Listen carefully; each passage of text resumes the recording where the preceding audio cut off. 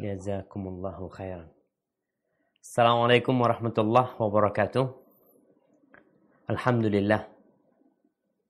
Alladzi bini'matihi tatimmus shalihat. Segala puji bagi Allah Jalla Jalaluh yang karena nikmatnya kebaikan-kebaikan menjadi sempurna. Maka kita berdoa memohon kepada Allah. Sebagaimana Allah telah mengumpulkan kita di tempat ini. Kajian online, semua di rumahnya masing-masing. Semua di tempat tinggalnya. Kita memohon kepada Allah Jalla Jalaluh agar kita dikumpulkan kelak di surganya. Allahumma salli wa sallim wa zid wa barik wa an'im ala sayyidina wa maulana Muhammadin wa ala alihi wa ashabihi ajma'in. Amma ba'd, ya Allah, semoga salawat dan salam, rahmat dan berkah dan nikmat senantiasa Engkau curahkan untuk hamba kekasih-Mu, untuk baginda Nabi kita Muhammad alaihi salatu wassalam, untuk keluarga beliau, untuk istri-istri beliau, untuk putra-putri beliau, dan untuk seluruh sahabat Nabi. Semoga Allah meridhai kita bersama mereka. Amma ba'd. Ahibati fillah, ada sebuah fenomena mungkin kajian online ini yang dimana kita diberikan kebebasan. Kita menyimak dalam kondisi tiduran. Kita menyimak dalam kondisi minum kopi, minum teh, makan pisang goreng. Kadangkala selonjoran, kadangkala ustadznya ditinggal ke dapur, ustadznya ditinggal ke tempat makan, macam-macam sudah. Soalnya Ana pernah ngelihat waktu itu, kebetulan videonya nampak tuh orang-orang lagi ngapain, lagi kelihatan tuh. Oh, ini lagi nanti ditinggal kosong ya. Dia pergi kemana. Nanti tahu-tahu datang udah bawa piring ya. Makan mie, ntar berangkat lagi ambil apa, Masya Allah. Jadi ini ujian kita sebenarnya. Kita nih cari berkah kajian. Semoga semuanya bisa sabar. Nggak lama-lama kita ngaji, tapi yang penting kita dapat sesuatu yang bermanfaat buat kita malam ini. Dan mungkin Ana udah lama nggak ngisi di Muflen ya. Karena jauh-jauh Muflen kadangkala. Tapi kalau di Jember biasanya insya Allah Ana tunggu. Tapi hanya kemarin gara-gara COVID-19 akhirnya batal semua kajian di Jember. Tapi insya Allah setelah COVID-19 bumi semakin indah. Hati kita semakin cerah.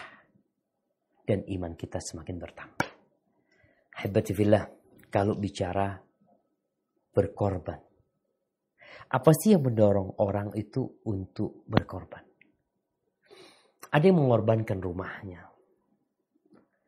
Ada yang mengorbankan nyawanya. Ada banyak hal yang memotivasi orang untuk berkorban. Tapi kalau dilihat, yang menjadi penggerak utama orang berkorban itu cinta. Antum lihat, bagaimana tatkala seorang mencintai, negerinya dia tinggalkan. Untuk apa yang dia cintai? Keluarganya dia tinggalkan. Untuk siapa yang dia cintai? Kadang-kala kita dengar cerita ya. Fulan kabur dengan pacarnya. Meninggalkan orang tuanya. Meninggalkan ayah bundanya. Meninggalkan rumahnya. Demi cinta dia. Walaupun cinta itu terlarang. Itu menjadi motivator kuat seorang untuk berkorban. Tapi kadangkala salah jalan. Cinta yang salah. Korban yang tidak diterima akhirnya. Dan hal kedua yang menyebabkan orang berkorban itu kadangkala imbalan yang besar. Dia mengorbankan sesuatu yang kecil untuk mendapatkan sesuatu yang lebih besar. Maka kadangkala kita melihat ada orang-orang yang mengorbankan untuk jauh dari keluarganya. Mungkin Ustaz Luqman jauh dari keluarganya untuk nuntut ilmu ya. Tapi ada orang yang mengorbankan keluarganya, istri anaknya. Demi dia mendapatkan penghasilan yang lebih besar. Tujuannya untuk membahagiakan keluarganya. dia melakukan itu. Cinta, imbalan yang diharapkan. Itu menjadi motivasi yang besar agar orang berkorban. Coba kita lihat Nabi Ibrahim alaihissalam yang selalu kita dengar ceramah tentang Nabi Ibrahim, bagaimana korban dia. Nabi Ibrahim itu diangkat sama Allah sebagai khalil, sebagai kekasih. Tapi pengangkatan Nabi Ibrahim menjadi Khalilullah melalui proses yang panjang. Bagaimana beliau ketika hidup bersama orang tuanya, beliau mendakwain orang tuanya. Tapi tatkala orang tuanya mengusir dia, maka dia pun meninggalkan orang tuanya. Bagaimana beliau hijrah dari negerinya. Sampai akhirnya beliau berangkat ke Palestina.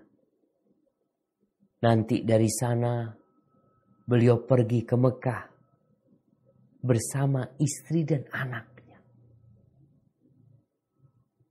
Beliau sedang dalam ujian.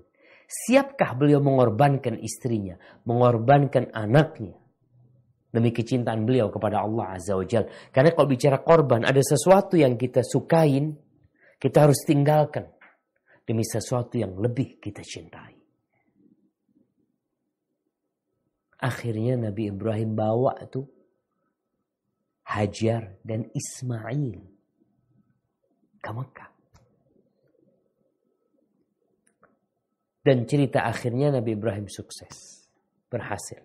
Allah sebutkan hal itu, mungkin bisa dibaca di surat Al-Baqarah ayat 124. Di surah Al-Baqarah ayat 124. A'udzu billahi minasy syaithanir rajim. Wa idz ibtala Ibrahim rabbuhu bikalimatin fa'atammahun. Qala inni ja'iluka lin-nasi imama.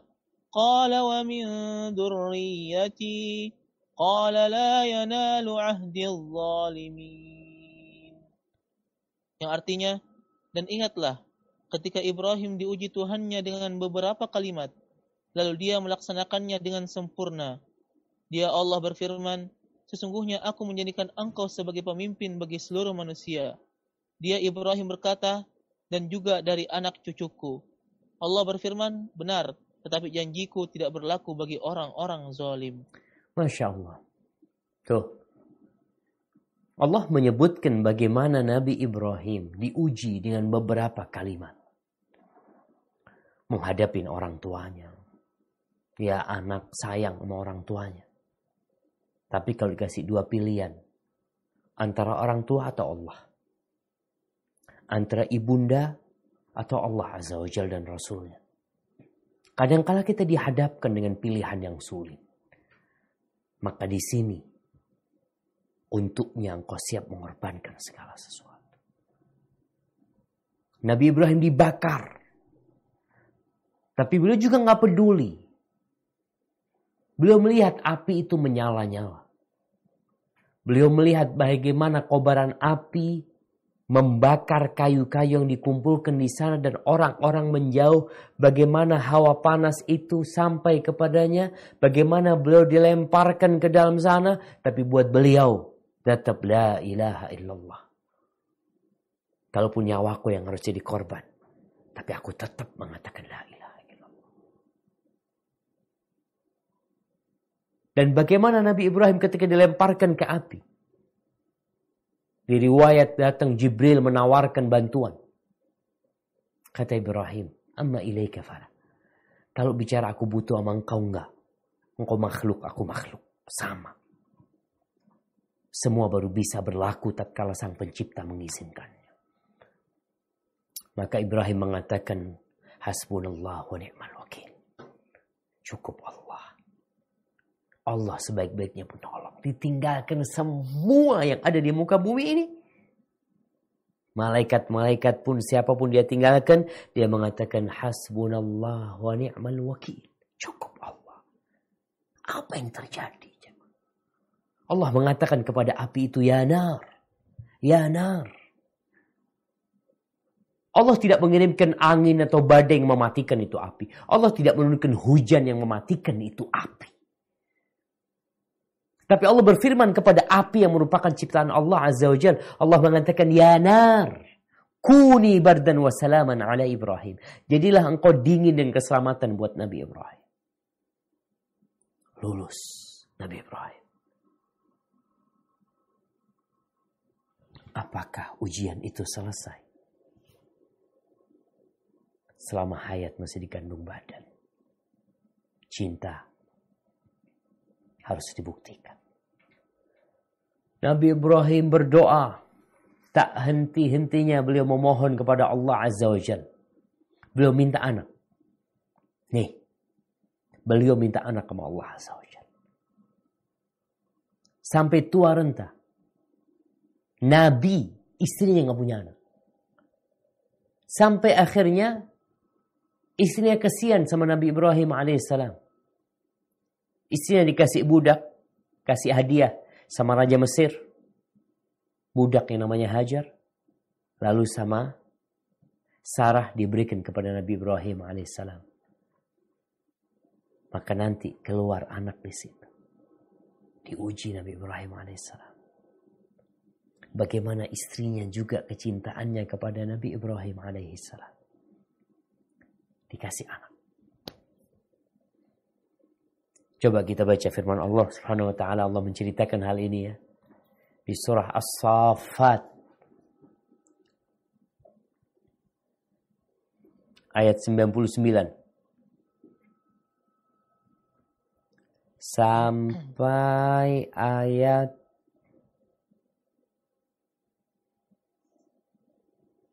108. أعوذ بالله من الشيطان الرجيم وقال إني ذاهب إلى ربي سيهدين رب هب لي من الصالحين فبشرناه بغلام حليم فلما بلغ معه السعي قال يا بني إني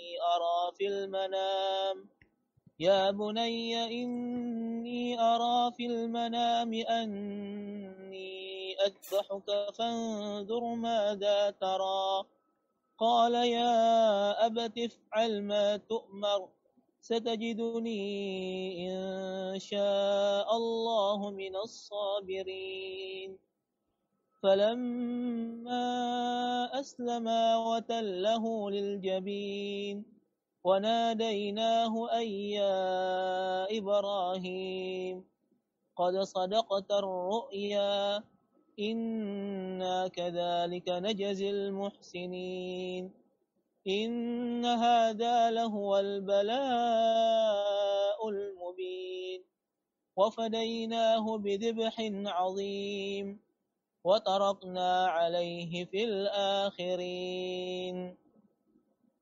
Yang artinya, dan dia Ibrahim berkata, sesungguhnya aku harus pergi menghadap kepada Tuhanku. Dia akan memberi petunjuk kepadaku. Ya Tuhanku, anugerahkanlah kepadaku seorang anak yang termasuk orang yang saleh. Maka kami beri kabar gembira kepadanya dengan kelahiran seorang anak yang sangat besar, Ismail. Yang sangat sabar. Maka kami beri kabar gembira kepadanya dengan kelahiran kepada seorang anak yang sangat sabar, yaitu Ismail. Maka ketika anak itu sampai pada umur sanggup berusaha bersamanya, Ibrahim berkata, wahai anakku, sesungguhnya aku bermimpi bahwa aku menyembelihmu. Maka pikirkanlah bagaimana pendapatmu. Dia Ismail menjawab, wahai ayahku, lakukanlah apa yang diperintahkan Allah kepadamu. Insya Allah, engkau akan mendapatiku termasuk orang yang sabar. Maka ketika keduanya telah berserah diri, dan dia Ibrahim membaringkan anaknya ke atas pelipisnya untuk melaksanakan perintah Allah, lalu kami panggil dia, wahai Ibrahim, sungguh engkau telah membenarkan mimpi itu. Sungguh demikianlah kami memberi balasan kepada orang-orang yang berbuat baik. Sesungguhnya ini benar-benar suatu ujian yang nyata. Dan kami tebus anak itu dengan seekor sembelihan yang besar.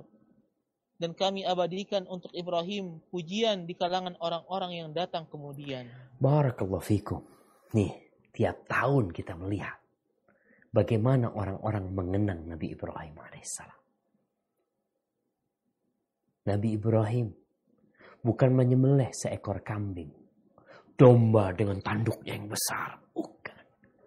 Bukan sapi yang dibeli dengan harga 300 juta. Bukan seekor onta yang besar yang gagah perkasa. Bukan, tapi putranya. Yang beliau tunggu-tunggu. Bertahun-tahun. Bukan ketika dia lahir disembelih. Bukan. Allah ceritakan ketika falamma balagha ma'ahu sa'i. Nabi Ibrahim udah ketemu jarang ya. Nabi Ibrahim diuji, anaknya ditaruh di Mekah. Jarang ketemu sama anaknya. Bagaimana kerinduan orang tua sama anaknya. Tapi beliau pun bersabar. Ketika datang ke Mekah dalam kondisi anaknya sudah remaja. Dikatakan umurnya udah belasan, 14 tahun itu berapa. Abahnya ngomong sama anaknya. Ya bunayya inni ara fil manami anni azbahuk. Wahai bunayya. Wahai putraku, aku melihat, aku bermimpi, aku menyembelihmu. Apa kata putranya? Ya abati, wahai ayahandaku. If'al ma tu'mar. Masya Allah. Bagaimana berbaktinya Nabi Ibrahim sama ayahnya. Kemudian Allah berikan balasan anaknya berbakti sama Nabi Ibrahim alaihissalam. Al-jaza'u min jinsil amal. Kata anaknya, lakukan apa yang diperintahkan kepadamu. InsyaAllah engkau akan mendapati aku termasuk orang-orang yang sabar. Semua dipersiapkan. Nggak ada dalam benak Nabi Ibrahim terlagi digantiin kambing nih. Main-main. Coba-coba. Lah. Benar-benar Nabi Ibrahim membawa putranya. Untuk membuktikan cintanya kepada Allah Azza wa Jal. Bahwa kelahiran anaknya tidak mengurangi cinta Nabi Ibrahim kepada Allah Azza wa Jal. Nabi Ibrahim diangkat menjadi Khalil. Khalil itu yang cintanya udah masuk ke relung-relung jantungnya. Tidak ada satu tempat pun di relung jantung itu kecuali di situ ada cinta kepada Allah Azza wa Jal. Nggak ada kepada yang lain. Maka Allah ingin menguji Nabi Ibrahim alaihissalam. Dan Nabi Ibrahim melakukan semua itu. Diletakkan Nabi Ismail di pelipisnya. Diambil itu pisau. Diletakkan di lehernya. Kemudian dipanggil Nabi Ibrahim. Selesai. Allah mengatakan. Inna hadha lahuwal bala'ul mubin. Ya Allah jamaah. Sesungguhnya ini benar-benar ujian yang nyata. Dan sukses Nabi Ibrahim alaihissalam. Ahibati fillah. Kita nih. Udah masuk Dzul Qa'dah. Kita mau berkorban. InsyaAllah. Apa yang diminta? Bukan putramu. Bukan mobil mewahmu. Bukan rumah yang indah yang kau miliki. Tapi seekor kambing. Atau sapi. Kalau kau punya duit. Insya Allah sapinya nggak lebih mahal daripada mobil yang kau miliki. Daripada rumah yang kau tempatin. Enggak. Allah Azza wa Jal mengatakan kepada Nabi SAW, Inna a'tainakal kautsar. Nih. Surat yang paling pendek. Allah mengatakan, Inna a'tainakal kautsar. Sesungguhnya kami telah memberikan kepadamu al-kautsar. Fasalli li rabbika wanhar. Maka dirikanlah salat karena Tuhanmu dan berkorbanlah. Ketika Allah memberikan sesuatu yang besar kepadamu, seharusnya engkau membalasnya dengan sesuatu yang besar. Yang itu pun dari Allah Subhanahu wa taala. Nabi diperintahkan untuk salat dan Nabi diperintahkan untuk berkurban.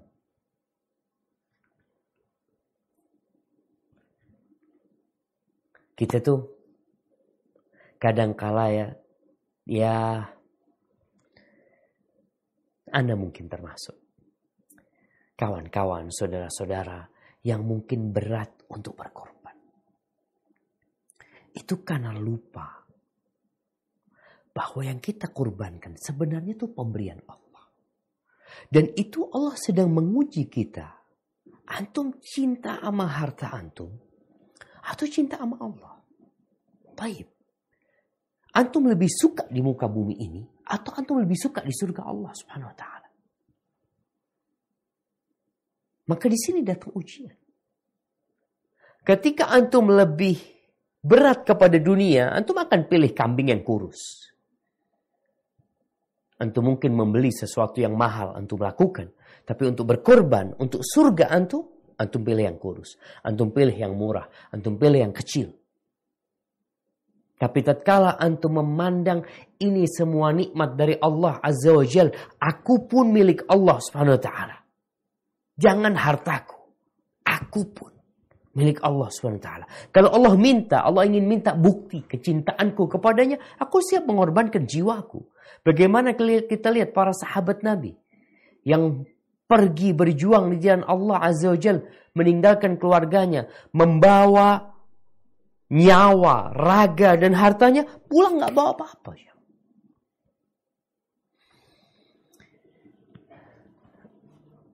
Ada cerita yang sering kita dengar tatkala kita kecil. Cerita dari Nabi alaihi salatu wassalam. Yang diriwayatkan oleh Imam Muslim.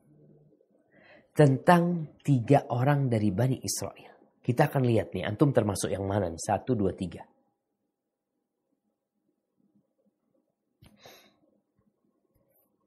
Tiga orang ini, kata Nabi alaihi salatu wassalam, abras wa aqra wa a'ma. Yang satu orang kena penyakit lepra, yang kulitnya rusak itu jemaah. Yang satu aqra, botak kepalanya, penyakit, rambutnya nggak tumbuh. Yang satu buta. Kemudian Allah ingin menguji mereka. Sejatinya kita ini hidup dalam ujian. Kalau ceritanya Nabi SAW mengatakan Allah ingin menguji mereka, kita ini sedang diuji sama Allah. Ahasiban nas ayyutraku ayyaqulu amanna wahum la yuftanun. Apakah manusia mengira dengan mereka mengatakan kami beriman, kemudian mereka nggak diuji, nggak dites mereka, nggak difitnah? Walaqad fatanna alladhina min qablihim fala ya'lamanna Allahu alladhina sadaqu wa la ya'lamanna al-kadhibin. Kami udah nguji, kata Allah, orang-orang sebelum mereka. Sehingga nampak mana yang benar-benar beriman dan mana yang pura-pura beriman. Kita di sini sedang dalam ujian. Tapi Nabi menceritakan ujian khusus yang Allah berikan kepada 3 orang ini. Tadi yang kulitnya rusak, itu disebut lepra. Yang putih-putih itu jemaah. Kemudian yang rusak rambutnya, botak sampai kemudian rontok rambutnya. Yang satu buta. Akhirnya Allah kirim seorang malaikat untuk menjumpai yang kena lepra dulu. Ditanya, apa sih yang paling engkau sukai? Apa yang paling kau sukai? Ayyu syai'in ahabbu ilaik.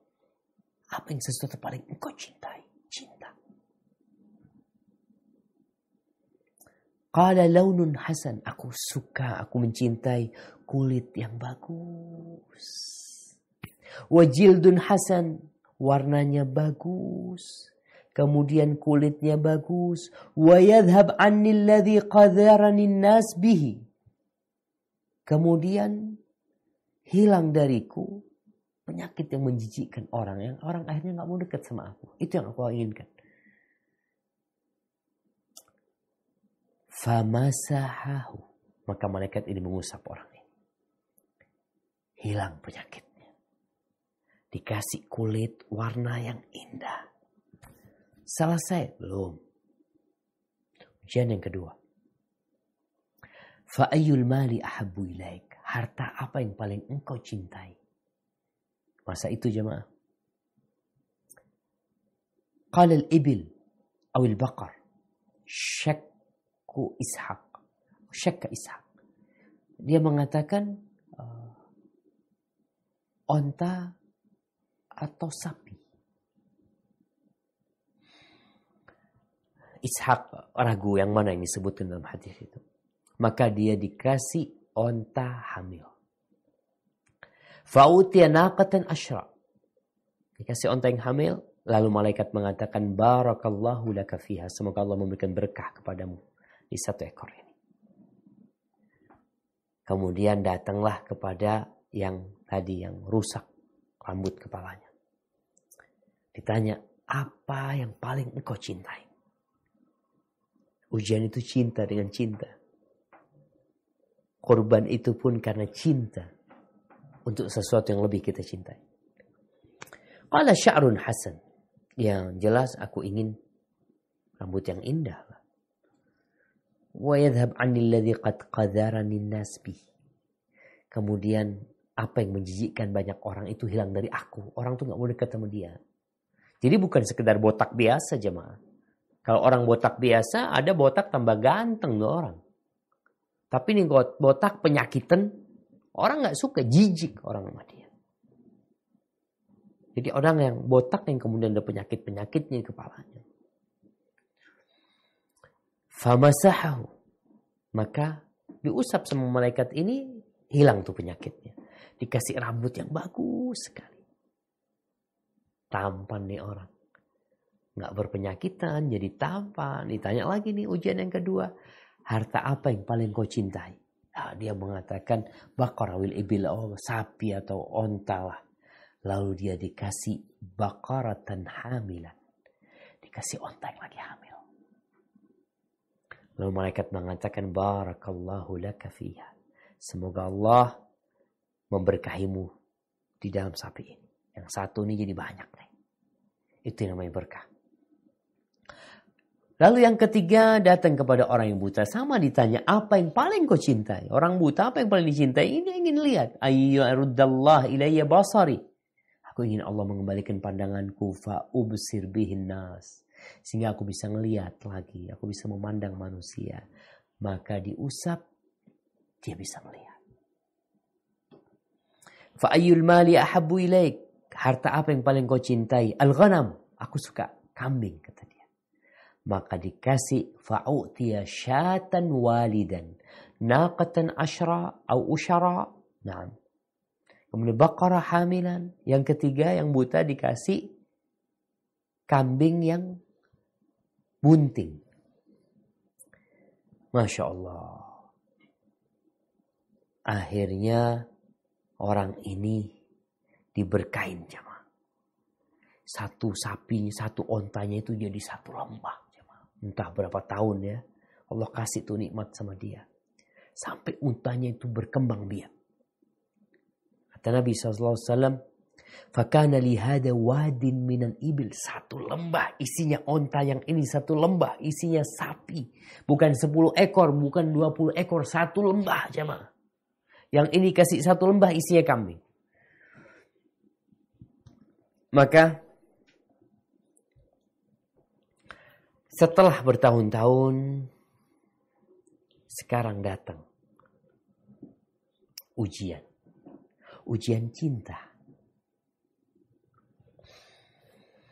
Datang nih malaikat dalam wujud orang yang terkena lepra. Abros tadi yang rusak kulitnya. Dia datang kepada yang dikasih onta, yang udah kaya raya, yang udah kulitnya bagus, yang jadi tampan dia. Lalu nih malaikat datang mengatakan, rajulun miskin. Qadin qata'at biyal hibal fi safari. Aku orang miskin. Aku gak bisa melanjutkan perjalanan. Udah habis bekalku. Fala balagha liyal yawm illa billahi thumma bik. Maka aku gak dapat melanjutkan perjalananku ini kecuali dengan pertolongan Allah, kemudian dengan pertolonganmu. Kau kan Masya Allah. Apa kata orang ini? Orang yang miskin ini, malaikat yang dalam wujud orang miskin mengatakan, as'aluka billadzi a'taka al-lawn al-hasan. Nih, dia mengatakan, aku memohon, aku minta kepadamu dengan nama Allah yang telah memberikan kepadamu kulit warna yang indah, kulit yang indah, dan harta yang banyak kepadamu. Aku minta seekor onta aja, agar aku bisa melanjutkan perjalananku. Nggak minta 5 ekor onta. Dia punya 1 lembah onta. Tidak minta 10 ekor. Yang diminta 1 ekor. Apa kata orang ini? Al-huququ katsira. Dia mengatakan, aduh banyak tanggunganku. Banyak hak-hak yang harus aku tunaikan. Jemaah, yang diminta berapa ekor?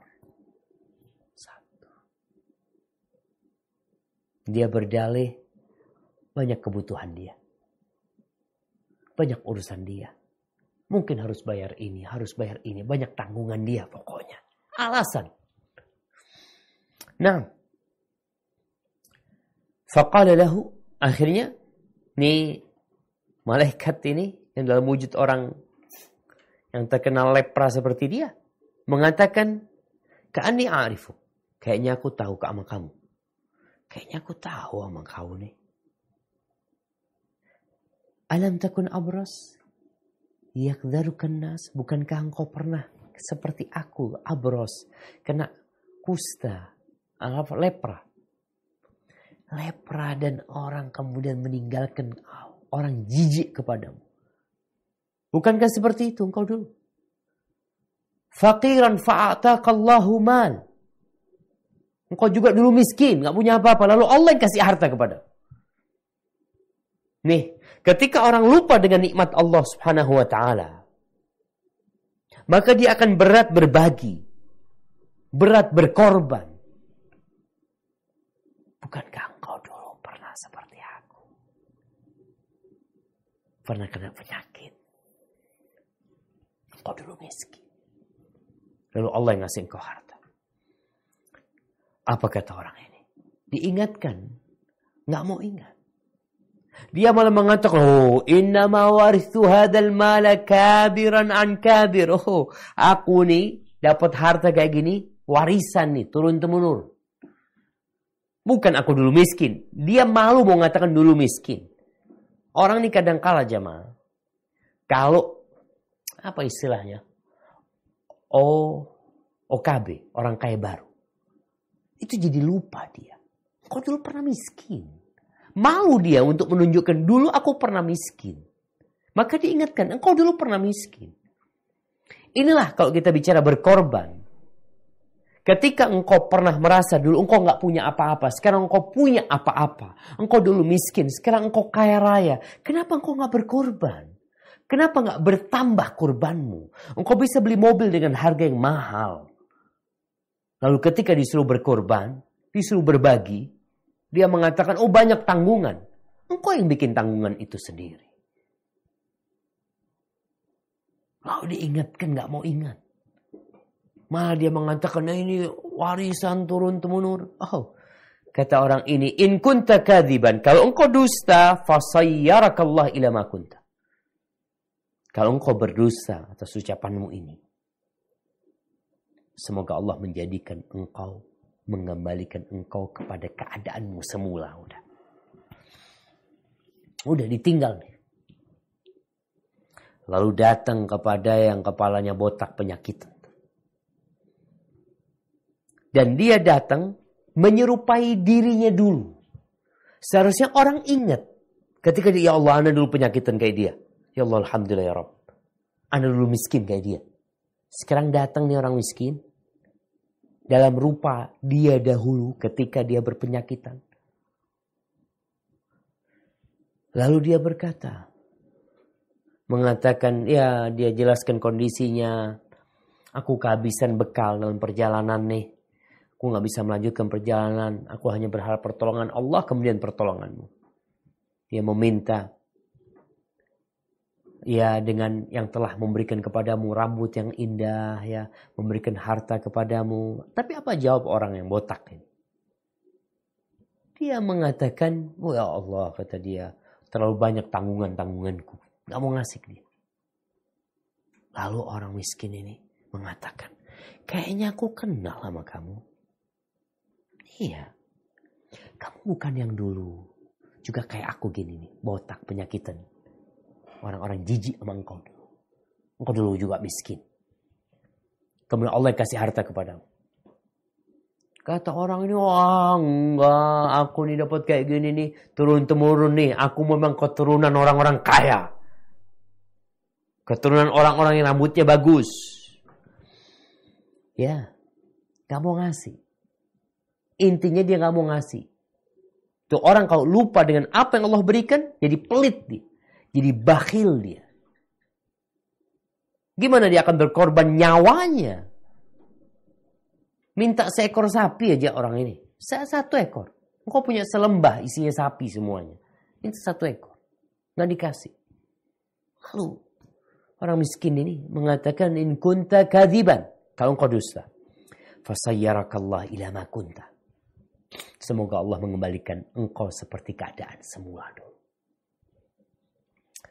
Lalu datang ke orang yang buta. Dalam rupa orang yang buta. Dia mengatakan, rajulun miskin.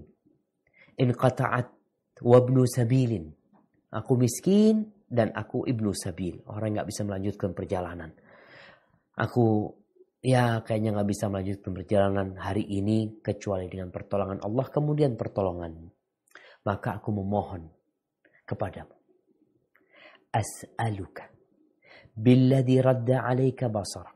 Aku memohon kepadamu dengan nama Allah yang memberikan, yang mengembalikan kepadamu penglihatan. Syatan, minta seekor kambing aja. Yang dengannya aku dapat melanjutkan perjalananku. Apa kata orang ini? Dia mengatakan, qad kuntu a'ma. Aku dulunya buta. Faraddallah ilayya basari. Kemudian Allah mengembalikan pemandanganku, penglihatanku kepadaku. Fakhud ma syi'ta. Wada ma syi'ta. Kau lihat tuh kambing. Silahkan engkau ambil yang engkau mau. Engkau mau tinggalkan berapa, terserah engkau. Wallahi ya. Nikmat mata itu, dia berpikir nikmat mata dibandingkan semua kambing yang dia miliki, nggak ada artinya. Maka dikatakan engkau ambil yang engkau mau, engkau tinggalkan yang engkau mau. Fawallahi, dia bersumpah dengan nama Allah, la ajhaduka al-yawm bi syai'in akhadtahu lillah. Demi Allah, aku tidak akan mempersulitmu dengan meminta mengembalikan apa yang engkau ambil hari ini. Enggak.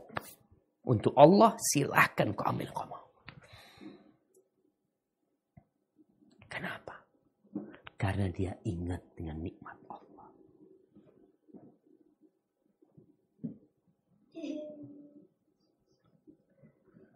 Dia ingat sama nikmat yang Allah berikan.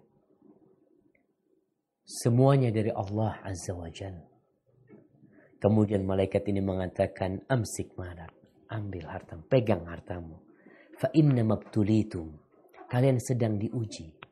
Faqad radiyallahu anka wa sakhita ala sahibik. Allah ridho kepadamu dan Allah murka kepada dua kawan. Ahibati fillah. Sekarang apa yang sudah Allah berikan kepada kita? Kemudian apa yang Allah pinta dari kita? Allah berikan kepada kita tubuh kita. Allah tidak minta kita mengorbankan tangan kita. Kita potong tangan kita.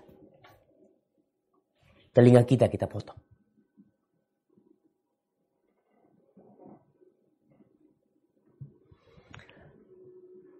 Allah tidak meminta itu. Kaki kita potong. La. Allah udah kasih kita banyak. Yang Allah pinta seekor kambing. Atau 2 ekor. atau 3 ekor. Terserah yang kau miliki. Atau seekor sapi. Atau 10 ekor sapi. Rasulullah Sallallahu Alaihi Wasallam, beliau berkorban kambing di kota Madinah. Ya. Tatkala beliau dikasih harta sama Allah Subhanahu Wa Taala, beliau berangkat haji, beliau bawa 100 ekor onta.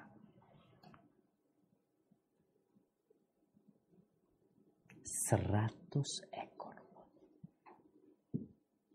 Atau kita nggak mau seperti itu. Ahibati fillah. Kalau bicara hadis-hadis tentang keutamaan berkurban, ada banyak hadis. Di antaranya kebanyakan hadisnya dhaif, tapi ada beberapa yang sahih. Di antara yang sahih yang diriwayatkan oleh Imam At-Tirmidzi dan disahihkan oleh Syekh Albani rahimahullahu taala, Rasulullah sallallahu alaihi wasallam bersabda, "Ma 'amila adamiyun min 'amalin yauman nahr." Tidaklah manusia, anaknya Adam, beramal suatu amalan pada hari Lebaran itu, Idul Adha, yang lebih dicintai oleh Allah Azza wa Jalla min ihraqid dam, daripada mengucurkan darah. Jadi bukan sekadar sedekah, tapi mengucurkan darah. Itu kurban. Innaha la ta'ti yaumal qiyamah biquruniha wa ash'ariha wa adlafiha. Tuh, yang dia kurbankan kelak akan datang pada hari kiamat dengan tanduknya,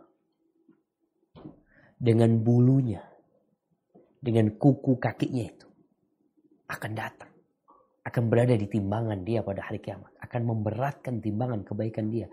Wa anna ad-dam la yaqa'u min Allah bimakan qabla an yaqa' min al-ard fatayyibuhu biha nafsan.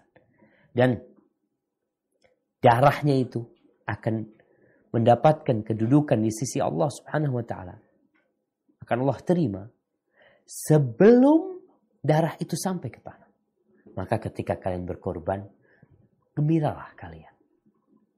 Jangan pelit. Dengan senang hati engkau berkorban. InsyaAllah jamaah, kalau kita dengan senang hati berkorban, seperti orang buta tadi, Allah akan berkahin hidup kita. Seperti Nabi Ibrahim tadi. Dan tentunya seperti Nabi kita Muhammad alaihi salatu wassalam. Hadza wallahu a'lam bishawab. Itu yang bisa Anda sampaikan kesempatan kali ini. Mungkin kita masuk ke sesi tanya jawab jamaah. Anda persilahkan. Nah. Jazakallah khair Ustaz. Anda minta nanti juga dibantu sama Ustaz Lukman yang berkesempatan untuk memberikan pertanyaan. Silakan nanti memberikan sign untuk kepada yang ingin bertanya, mungkin bisa raise hand. Ini ada yang bertanya, Abu Hilal Muhammad, kota. Ya, silahkan Pak Abu Hilal. Pak Abu Hilal, kok 2 kali antum manggil bapaknya? Pak Abu, bapak-bapak. Jadi Abu Hilal itu bahasa Indonesianya Pak Hilal. Nah, tafadhal. Pokoknya beri Pak Ustaz. Padahal mungkin bisa dibantu.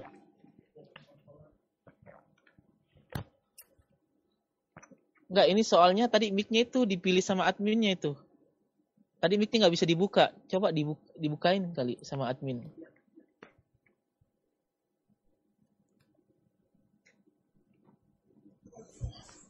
Diet aja. Udah bisa. Tapi belum tentu sih terima kasih hari.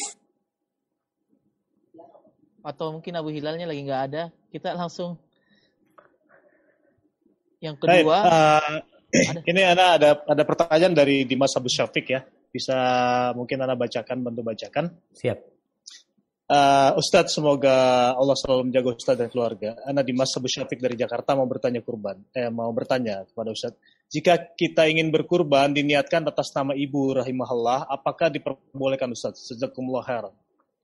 Barakallahu fikum. Naam jamaah, berkaitan dengan kurban, apakah bisa kita berkorban untuk orang yang meninggal dunia? Boleh. Karena bab kurban ini masuk ke bab sedekah sebenarnya. Rasulullah Sallallahu Alaihi Wasallam ketika datang seorang sahabat mengatakan bahwasanya ibunya meninggal dunia dan belum sempat berwasiat. Afa yanfa'uha idza tasaddaqtu anha? Apakah bermanfaat buat dia kalau aku sedekah buat ibu? Kata Nabi alaihi salatu wasallam, "Na'am, tasaddaq anha." Ya, kau sedekah buat dia. Jadi ketika seorang hendak berkorban buat orang tuanya, silahkan berkorban buat orang tuanya. Tapi jangan lupa untuk berkorban untuk dirimu juga. Jadi sejatinya seorang anak yang berbakti sama orang tuanya, tatkala dia berkorban dan orang tuanya telah mendidik dia dengan baik, insya Allah orang tuanya pun akan dapat bagian pahala. Namun kalau dia hendak berkorban untuk orang tuanya, nggak ada masalah. Dia niatkan untuk orang tuanya. Semoga Allah menerima. Hada wallahu a'lam bissawab. Nah. Jazakallah khair Ustaz, demikian jawabannya. Kemudian Ana mau coba nanti ada dari jamaah kita yang melambai di sini di apa namanya itu. Nah, Ana mau coba buka di unmute untuk Akhir Hardian ya. Fadal. Syukron. Assalamualaikum warahmatullahi wabarakatuh. Waalaikumsalam warahmatullahi Barakallahu fikum. Oke. Begini Ustaz, Ana kan belum lama untuk hijrah mengenal manhaj salaf ini. Jadi pada saat tahun 2018 lahiran anak keempat istri itu kemudian melakukan akikah. Nah, pas di akikah itu ada baca buku bahwa ada hadis semua anak tergadai dengan akikahnya ya Ustaz gitu. Nah, anak itu kecilnya itu belum melakukan akikah. Apakah anak masih tetap harus melakukan akikah sebelum kurban nanti gitu Ustaz, atau tetap gak apa-apa kurban dahulu gitu atau gimana Ustaz? Syukron. Nah, barakallahu fikum. Ya, berkaitan dengan akikah dan kurban. Kalau bicara akikah sama, akikah ini adalah mengucurkan darah. Itu menyembelih. Kalau kita lihat ya, mungkin di umat-umat sebelumnya yang mereka ada tumbal, kadangkala anak kecil disembelih ya, kadangkala ada perempuan gadis yang dijadikan tumbal seperti itu. Dalam Islam ada acara sesembelihan. Di antaranya selain kurban adalah akikah. Ketika Allah Azza wa Jalla memberikan nikmat anak kepadamu, maka hendaklah engkau akikah. Dan kalau bicara akikah ini waktunya beda sama kurban. Akikah itu dilakukan pada umur anak 7 hari atau 14 hari atau berapalah ketika dia punya rezeki dia berakikah. Sedangkan kurban itu hanya dilakukan pada tanggal 10 Dzulhijjah, 11, 12, 13. Jadi tatkala engkau sekarang punya harta, jangan nunggu Idul Adha. Sekarang engkau akikahin anakmu kalau belum diakikahin. Nggak perlu nunggu nanti Idul Adha. Idul Adha nanti kau berkorban. Walaupun kalau bicara mana yang lebih diutamakan, apakah boleh menggabungkan niat, itu ada khilaf di antara para ulama. Ketika seorang berakikah pada tanggal 10 umpamanya, dia berakikah, padahal udah lepas waktunya. Tapi kebetulan memang tanggal itu dia punya rezeki, dia niatkan untuk akikah, insya Allah Allah menerima dari dia hal itu. Tapi kalau bicara akikah, waktunya lebih luas daripada kurban. Maka bagi yang punya rezeki, hendaklah akikah tatkala dia memiliki rezeki, jangan ditunda dan tanpa menunggu Idul Adha. Karena tidak ada keutamaan tersendiri akikah pada waktu Idul Adha. Jadi artinya semua akikahnya orang-orang nantilah anak akikah Idul Adha aja. Nabi SAW menganjurkan pada umur ke-7 hari anak itu diakikahin. Karena dia tergadaikan. Masa engkau mau lama-lama menunggu gadai tersebut dilunasi? Hada wallahu a'lam bissawab. Nah. Baik, jazakallahu Ustaz, insyaallah. Kemudian nanti di sini masih ada Ahdi Mas Abu Syafiq. Kita persilakan untuk bertanya. Fadol.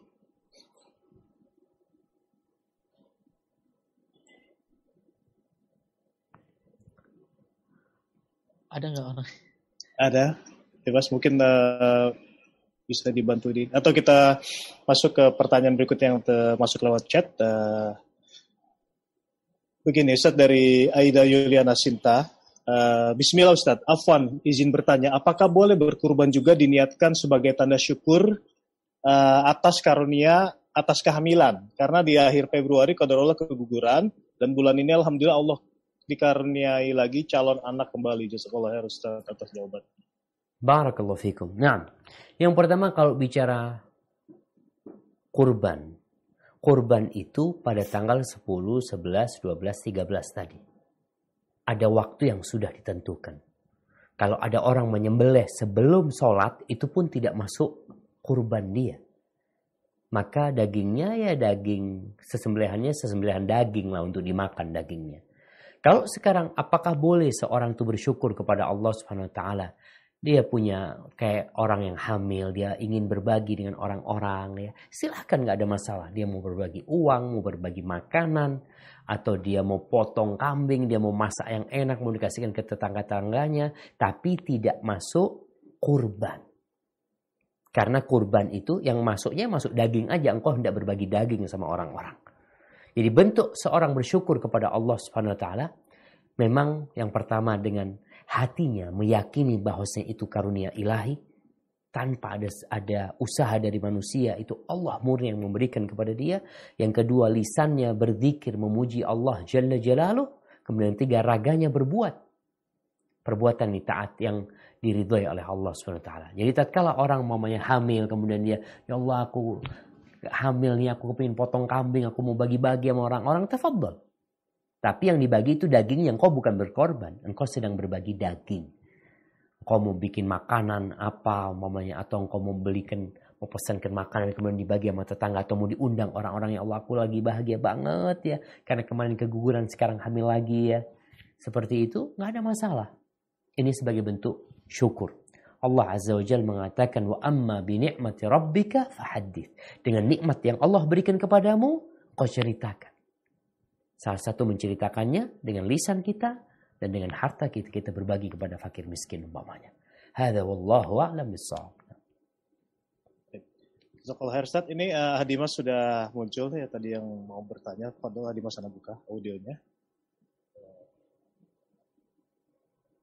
Dimas, tafadhol. Fadhil. Nah. Assalamualaikum Ustaz. Waalaikumsalam warahmatullahi wabarakatuh. Nah, Dimas Abu Syafiq Ustaz, mungkin Ustaz masih ingat. Ahlan wa sahlan, Masya Allah. Abu Syafiq, Masya Allah. Ustaz, Anda mau tanya sedikit keluar dari tema Ustaz. Anda mau tanya bagaimana hukumnya jika dalam penentuan ahli waris dari pengadilan agama yang mencantumkan nama saudara yang non-muslim. Bagaimana hukumnya Ustaz pada saat pembagian harta waris Ustaz? Barakallahu fikum. Ini pengadilan apa nih? Pengadilan agama Ustaz. Pengadilan agama. Iya jemaah. Jadi berkaitan dengan warisan. Apakah muslim mewarisi dari non-muslim? Apakah non-muslim mewarisi dari muslim? Jadi pendapat yang lebih kuat memang agama-agama lain itu saling mewarisi. Tapi Islam itu tidak mewarisi kecuali sesama muslim. Tinggal sekarang bagaimana kondisi muslim bapaknya non-muslim. Di sini sebagian ulama berpendapat kalau kafirnya bukan kafir harbi maka dia mewarisi. Tapi kalau kafir jelas-jelas tidak mewarisi. Namun sekarang ketika ada keputusan pengadilan, memang fatwa itu berbeda dengan keputusan pengadilan. Tatkala ada fatwa itu tidak melazimkan untuk diikuti. Tapi kalau keputusan pengadilan itu harus diikuti. Tinggal sekarang dilihat apa sih alasan pengadilan atau apa dalil yang diikutin oleh pengadilan sehingga tuh kafir kok dapat warisan. Kita tahu di Indonesia ini madhabnya madhab Syafi'i. Maka mungkin perlu dipertanyakan ke sana bagaimana itu orang kafir dapat warisan. Karena kalau bicara secara hukum, sejatinya yang Anda tahu dia tidak mewarisin. Orang kafir tidak mewarisin dari muslim. Insya Allah itu pendapat ulama ya, secara umum seperti itu. Maka tinggal bagaimana dipertanyakan kepada pihak pengadilan apa yang menyebabkan dia memutuskan itu, dasar hukumnya apa. Karena ini pengadilan agama. Hadza wallahu a'lam bissawab. Nah. Kemudian Ana mau membacakan ada 2 pertanyaan. Ada 2 pertanyaan dari 2 orang berbeda, dari Umu Entin Suharni dan Umu Kia. Ana gabungkan.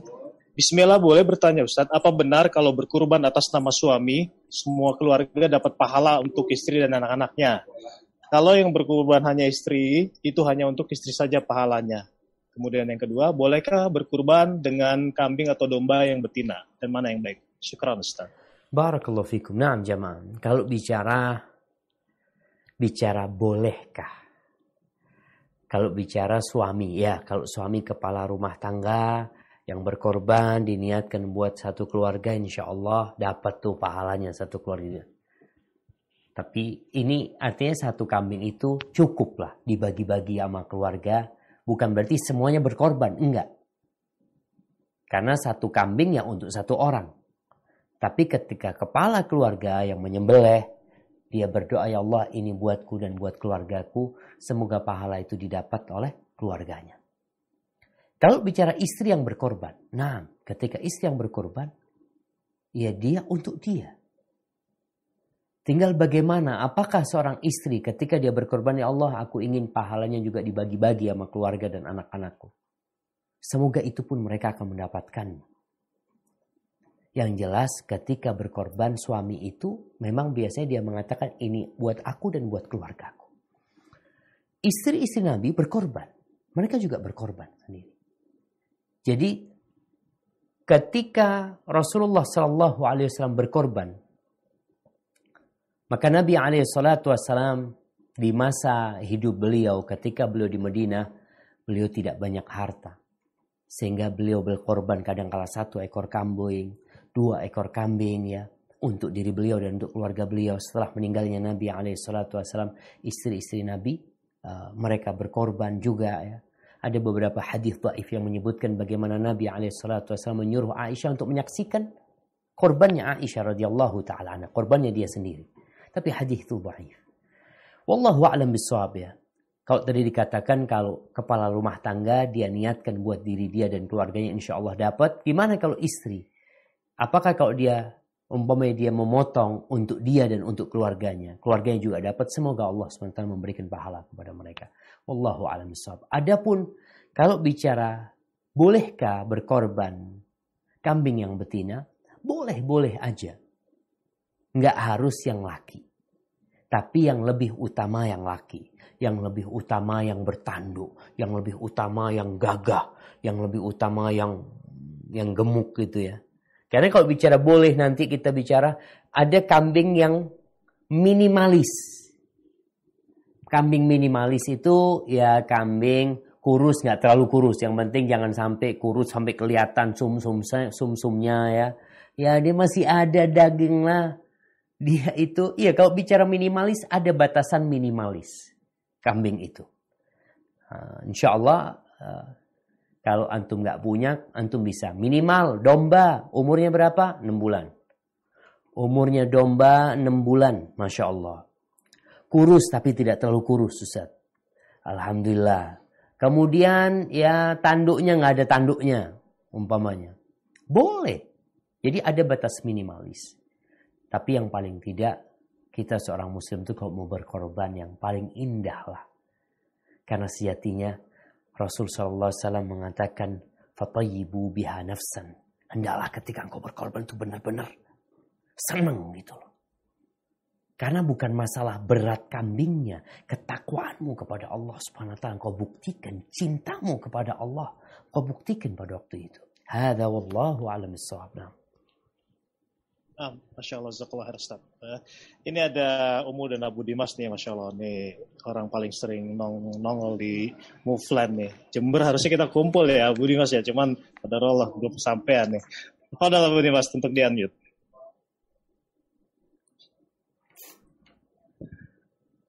Dilepas dulu itunya, Abu Dimas. Mute-nya. Ada nggak orangnya itu ya? Ada. Abu Dimas Fadal. Di-mute dulu di ininya. Oh iya. Assalamualaikum. Waalaikumsalam. Fadal. Assalamualaikum Ustaz Syafiq. Waalaikumsalam warahmatullahi wabarakatuh. Ahlan wa sahlan. Iya, Tad jadi ingat kue baracik di depan masjid hijau. Tad. Masya Allah. Kayaknya perlu dibagi-bagi tuh kuenya tuh. Ada keluarga yang berniat menghajikan almarhum ibunya yang sudah meninggal. Qadarullah tahun ini nggak bisa berangkat. Kemudian ada biro travel yang menawarkan untuk badal dengan tarif tertentu, ada sertifikat. Gimana Tad hukumnya? Barakallahu fiik. Sertifikat anak bikinin di Jember antum. Iya. Begini, kalau bicara badal haji, yang pertama kita tahu ini urusan ibadah. Maka kita perlu benar-benar memastikan pelaksanaan haji yang dilakukan oleh orang yang kita amanahi. Ana pernah jadi mahasiswa, Ana pernah membadalkan haji juga orang dahulu. Dan ada orang-orang, ya orang-orang kampung dulu ya. Jadi mereka badal haji itu murah banget. Anak ngomong murah banget kata dia. Iya kata dia. Ada di Mekah nanti yang terima. Jadi ada orang-orang yang gak amanah. Waktu itu yang murah itu 1.000 real. 1.000 real itu ya 3,5 juta mungkin sekarang ya. Ya Ustaz Lukman, 1.000 real berapa? 3.700.000. Oh 3.700.000. Tambah kaya Ustaz Lukman di sana. Nah, jadi padahal di tempat lain itu $1.000. Ada yang $1.000 umpamanya. Ini 1.000 real. Ternyata 1.000 real diambil dari 10 orang. Jadi dia 10 orang, dia ambilkan labbaik Allahumma an fulan. Padahal haji itu hanya untuk 1 orang. Nggak bisa kita badalin 2 orang, nggak bisa badalin 3 orang. Maka intinya adalah masalah amanah. Kalau bicara sertifikat, Anda bikinin di Jember. Nggak ada masalah nanti. Itu urusan sertifikat. Karena orang-orang bingung, ini ada sertifikatnya Ustaz. Sertifikat ini dibikin sendiri gitu. Nggak ada resmi dari Kementerian Haji ya. Nggak ada, orang bikin sendiri. Dulu itu masih sulit. Jadi memang ada tempat-tempat yang jual sertifikat itu. Tapi sekarang sudah bisa dicetak di mana-mana. Jadi intinya ketika mau membadalkan, tolong cari orang yang amanah. Dan besar pahala itu sesuai dengan kelelahan dan sesuai dengan nafkah yang dikeluarkan. Sehingga ketika orang badal haji dari Mekah, maka beda dengan orang badal haji dari Madinah. Beda dengan orang badal haji dari Indonesia. Beda dengan anaknya yang berangkat haji untuk orang tuanya. Maka ya tergantung kita ingin pahalanya seperti apa. Dan buat mahasiswa-mahasiswa, kadang-kala kita kalau mau badalin haji mahasiswa itu, mungkin mereka lebih amanah ya. Kita cari mungkin Ustaz Lukman. Ustaz Lukman belum haji, nggak bisa badalin Ustaz Lukman. Harus haji duluan. Afwan saat ini teman-teman yang lain banyak kalau misalnya. Jadi kan sekarang saat teman-teman itu kan ada yang bawa istri. Nah dia suaminya ini kan rata-rata sudah haji. Nah dia pengen cari yang mau dibadalin. Oh dia badalin istrinya haji sendiri gitu. Kayak gitu. Dia dampingin istrinya. Dia ibaratnya cuma mahram. Jadi ibaratnya dia haji juga. Betul, ya, bawa gitu. Bawa. Sekarang berapa Ustaz Lukman? Badal itu berapa tarifnya? Nah ini kan baru tadi malam pengumumannya, Ustaz. Kan sekarang lagi dibatasin. Baru tadi malam pengumumannya. Enggak, yang umum berapa harga biasanya? pastinya belum ada, Ustaz. Kalau dari biro travel yang nawarin itu dirupiahkan 25 juta. Tad. 25 juta? Ya, rupiah. Iya. Badal ya. Masya Allah. Ya, badal. Kayaknya Abu Tako suruh berangkat tuh. Nanti anaknya saja yang menghajikan tahun depan. Masya Allah. Iya, bismillah. Artinya tadi, kalau mau badalin, travel tanyain. Kalau memang ada biro travel yang menjalankan ditanyain, siapa yang akan menghajikan keluarga saya ini? Kemudian nanti komunikasi bapak sama orang yang mau menghajikan. Jadi ada komunikasi sama dia.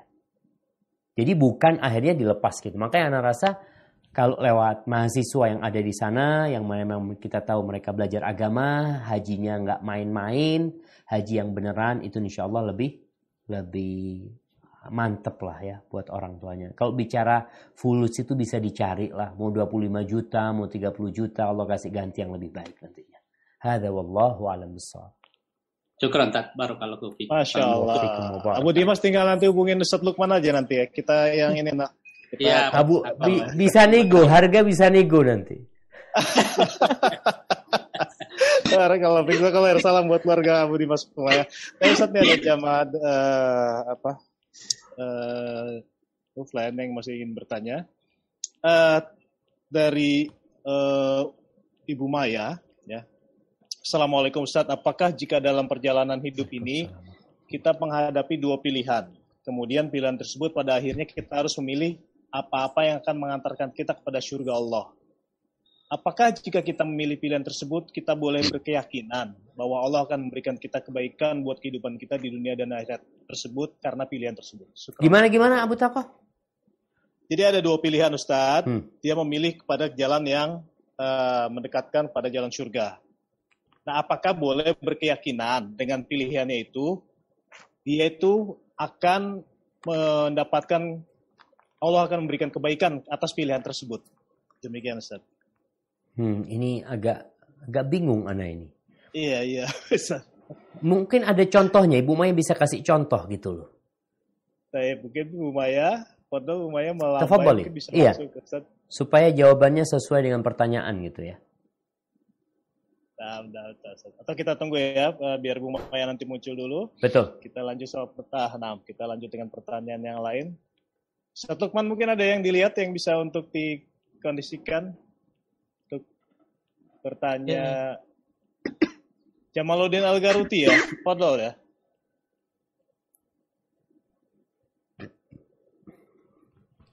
Fadol, Jamaluddin Al-Garuti. Assalamualaikum Ustaz. Waalaikumsalam warahmatullahi wabarakatuh. Ini kayaknya jualan kambing Garut dia, Bang. Iya. Anak kebayang tanduk langsung nih namanya, Ustaz. Enggak, Ustaz. Tapi alhamdulillah banyak Ustaz di sana. Domba-domba itu. Masya Allah. Masya Allah. Ustaz ya, Bu Tako. Alhamdulillah, Ustaz. Alhamdulillah. Iya, Bu Tako di kambing. Bandar kambing. Baik, Ustaz. Ya. Ustaz. Mau bertanya Ustaz, gini, itu gimana hukumnya terkait dengan ini Ustaz? Jadi kan sekarang yang kurban itu, sekarang itu ada beberapa yayasan itu dijadikan kayak kornet gitu Ustaz, ya, terus dibungkus kayak di sarden kayak gitu Ustaz lah. Ya. Nanti mungkin udah tiba-tiba 10 hari atau 1 bulan kan itu kan bisa tahan lama Ustaz ya. Ya. Mungkin itu sampai 10 hari, 15 hari baru dibagikan, itu gimana Ustaz hukumnya? Siap. Karena kan yang sila itu kan sampai hari tasyrik Ustaz ya. Setelah itu kan bukan jadi kurban lagi gitu. Gimana Ustaz? Barakallahu fikum Ustaz. Barakallahu fikum. Nah, jemaah, ini menarik ini ya, karena dengan teknologi yang ada daging kurban itu bisa bertahan lebih lama lagi gitu. Tapi apakah boleh seperti itu? Padahal hari kurban itu adalah tanggal 10, 11, 12, 13. Sebenarnya begini, tanggal 10, 11, 12, 13 itu adalah hari untuk menyembelih kurbannya. Adapun daging dari kurban tersebut, kalau itu bertahan sampai 2 bulan, sampai 3 bulan, nggak apa-apa. Jadi kurban itu ya kalau bisa dibagi 3-3, sepertiga dibagikan, umpamanya sepertiga dimakan, sepertiga disimpan. Artinya yang disimpan ini mau sampai 6 bulan, mau sampai 7 bulan nggak ada masalah. Dulu kalau kita ingat ayyamut tasyrik, hari-hari tasyrik itu maknanya apa sih? Ayyamut tasyrik itu hari-hari untuk menjemur. Jadi mereka bikin dendeng dulu. Apa? Dendengnya.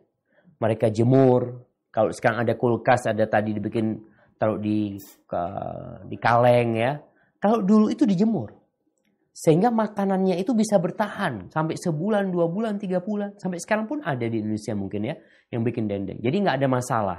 Yang penting motongnya itu, menyembelihnya itu tanggal 10 plus 3 hari tasyrik. Adapun daging itu pembagiannya atau dia mau dibagikan terus mau disimpan ya, mau ditaruh di kulkas, yang penting untuk kurban ini tetap harus ada yang dibagikan. Walaupun hanya 1 kilo. Walaupun hanya 1 kilo. Jadi boleh engkau mau simpan, engkau mau makan, tapi tetap harus ada yang dibagikan. Nggak harus sepertiga, enggak. Tapi ada bagian yang dibagikan kepada masyarakat, yaitu yang disedekahkan kepada mereka. Agar kita diterima oleh Allah Subhanahu wa taala. Jadi masalah makan dagingnya itu sampai kapanpun silahkan. Ada yang sampai tahun depan masih ada dagingnya, nggak apa-apa. Umpamanya ana masih nyimpen daging, sampai kemarin ana ngelihat ada daging di mana ya, di kulkas orang tua ya, bongkar-bongkar ternyata ada daging kurban. Masih tahun lalu itu. Subhanallah. Maka itu diperbolehkan. Yang nggak boleh adalah menyembelih setelah lewat hari tasyrik. Hadza wallahu a'lam bishawab. Nah. Masih ada pertanyaan banyak yang melalui chat ya, Ustaz. Ini dari Ibu Seli dia Kusumawati.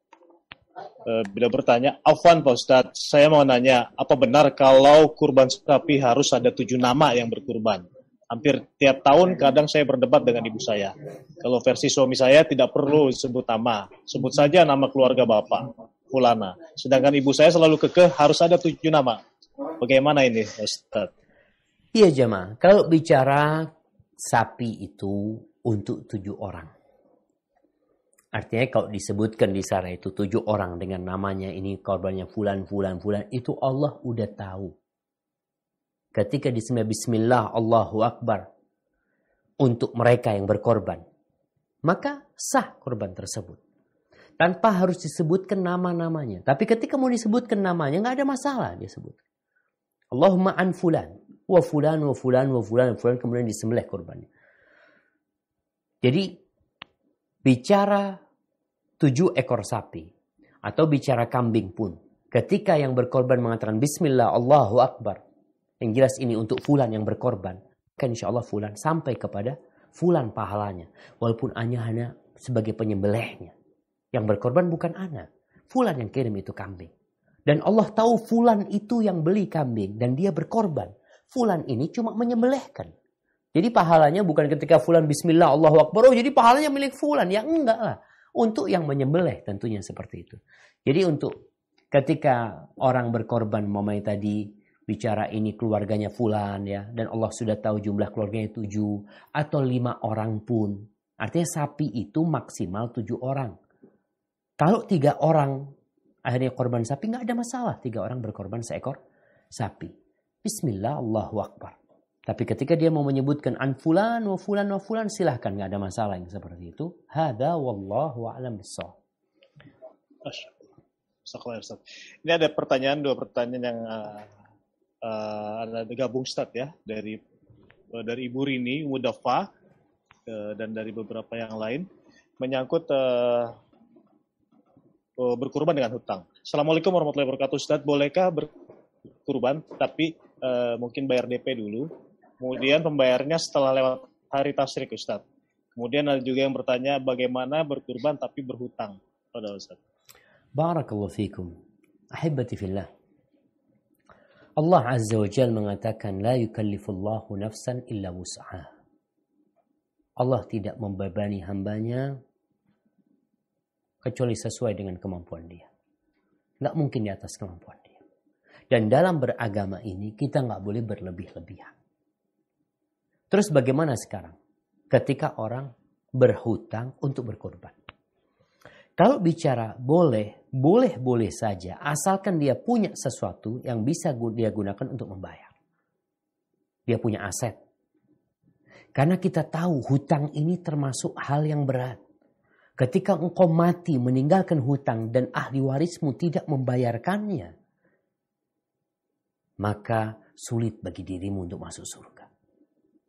Engkau mungkin berpikir, kan aku punya pahala kurban. Nah, tapi hutang itu urusannya bukan sama Allah. Urusannya sama makhluk. Kalau yang urusannya sama Allah SWT, Allah itu maha pengampun, maha pengasih. Tapi yang urusannya sama manusia, manusia itu pelit. Maka engkau dihadapkan kepada dua masalah. Kalau engkau punya aset yang bisa untuk bayar hutangmu, sehingga ketika engkau meninggal dunia, warisan tidak akan dibagi kecuali hutang itu telah dibayarkan. Dan cukup, alhamdulillah. Silahkan, gak ada masalah. Seperti orang yang berangkat haji. Bolehkah haji sama berhutang dia? Asalkan dia punya aset. Dia itu punya uang sebenarnya. Tapi bukan cash. Masih jadi barang. Jadi dia mampu secara finansial. Tapi uangnya itu nggak cash. Dia punya rumah, dia punya ini, dia punya itu. Cash nggak punya. Tapi kalau engkau nggak mampu, memang nggak punya. Jangan memberatkan dirimu. Karena engkau mati meninggalkan hutang. Itu jadi beban buat engkau. Maka nasihat ana, yang tidak punya uang, nggak usah berkurban. Yang tidak punya aset umpamanya, yang mungkin dia mau jual. Ada orang punya rumah harganya 1 M, tapi nggak laku-laku. Tapi dia punya uang. Dia punya apa? Dia punya harta. Namun cash nggak punya. Dia mau utang, tapi dia bisa membayar dengan rumah itu, tafadhal. Tapi yang tidak punya, jangan memberatkan dirimu. Sehingga orang yang berlebih-lebihan dalam beragama nantinya akan tercela juga. Hadza wallahu a'lam bissawab. Naam. Insyaallah, setelah Ustaz.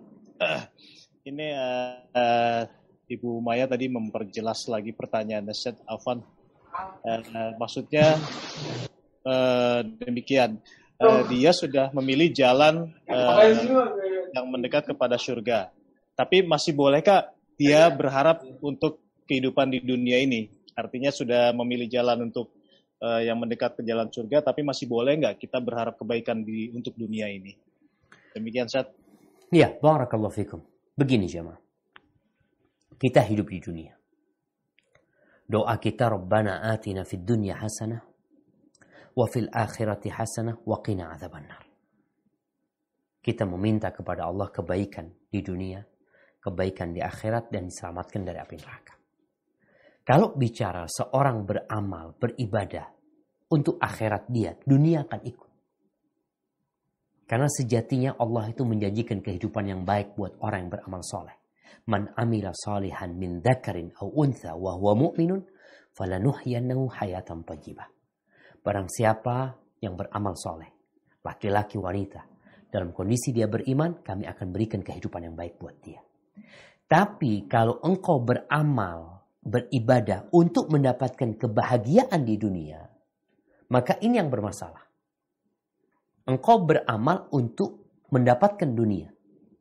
Padahal engkau beramal untuk akhirat, dunia engkau dapatkan. Tapi sekarang engkau mau puasa. Ana puasa kepingin sehat, Ustaz. Ana puasa kepingin sehat. Baik, engkau dikasih sehat nantinya. Tapi akhirat engkau nggak dapat apa-apa. Enggak, Ustaz. Ana puasa. Ana berharap dijauhkan wajah ana dari api neraka. Ana berharap puasa ana ini menyelamatkan ana dari azab Allah subhanahu wa ta'ala. Dan ana berharap puasa ini jadi sehat buat ana juga di dunia. Di sini para ulama berbincang ketika dia punya dua niat sekarang dalam ibadah dia. Akhirat dia minta, dunia juga dia niatkan.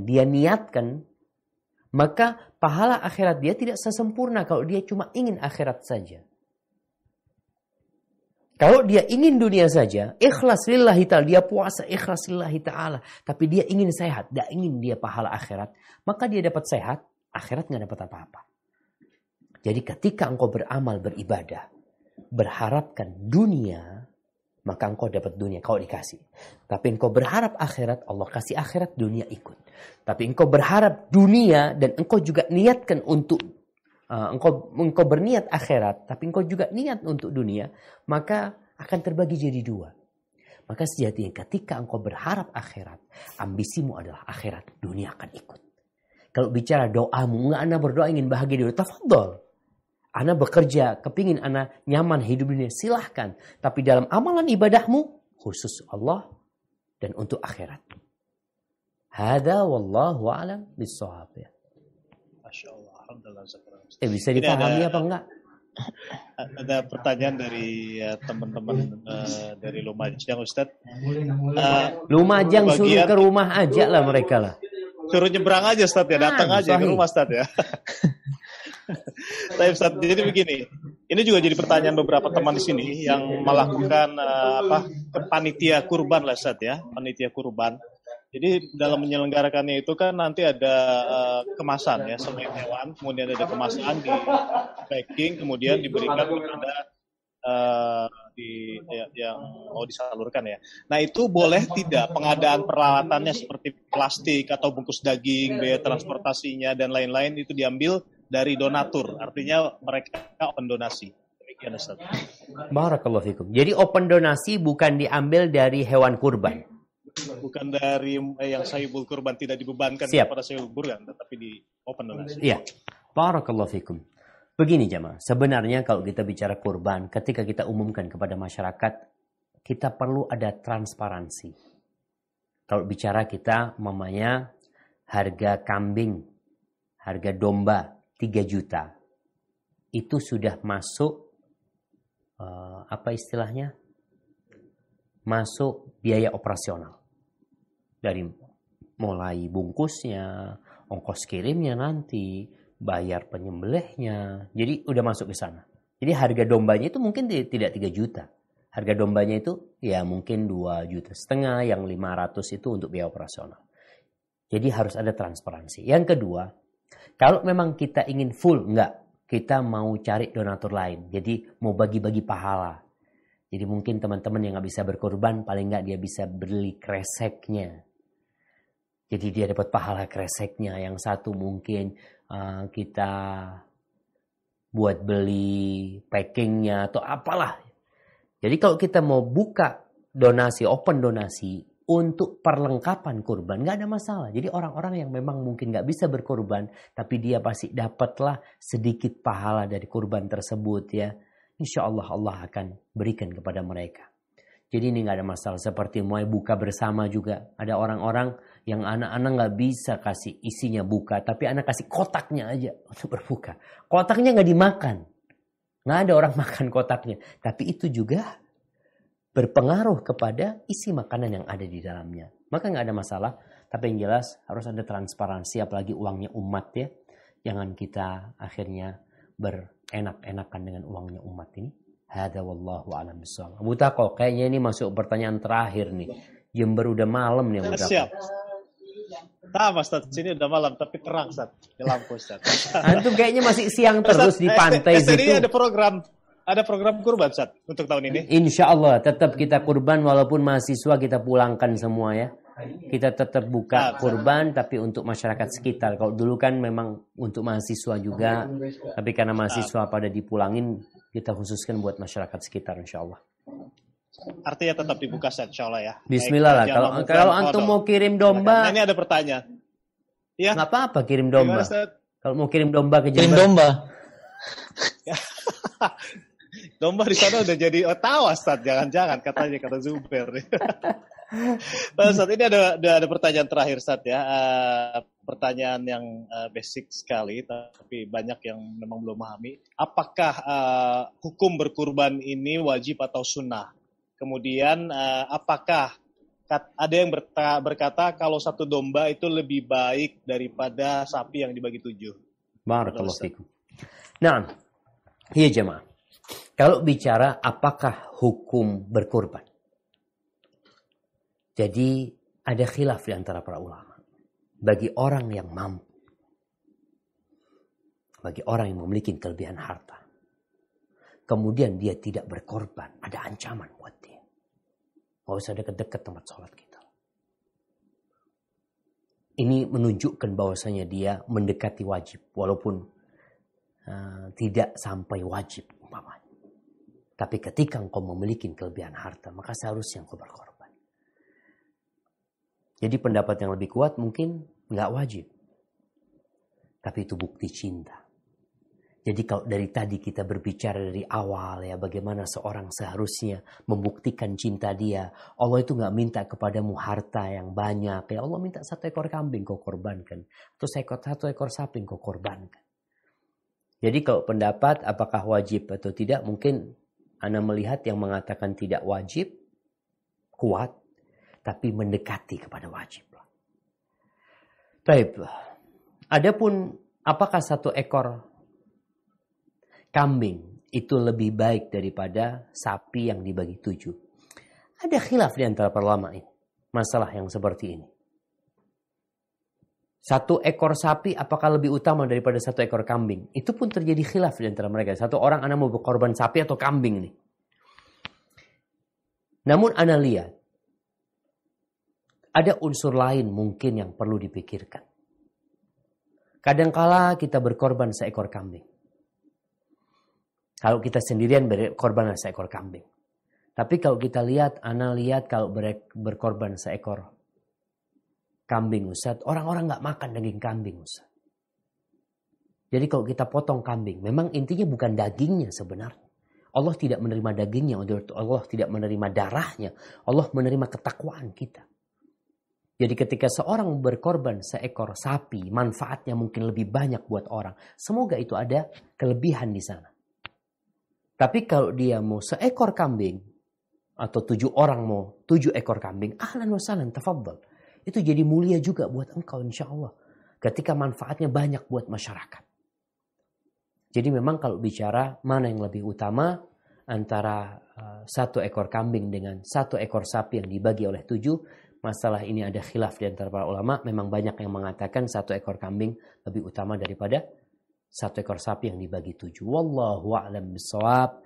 Kembali kepada semua yang tadi kita bicarakan. Buktikan cintamu kepada Allah Subhanahu wa ta'ala.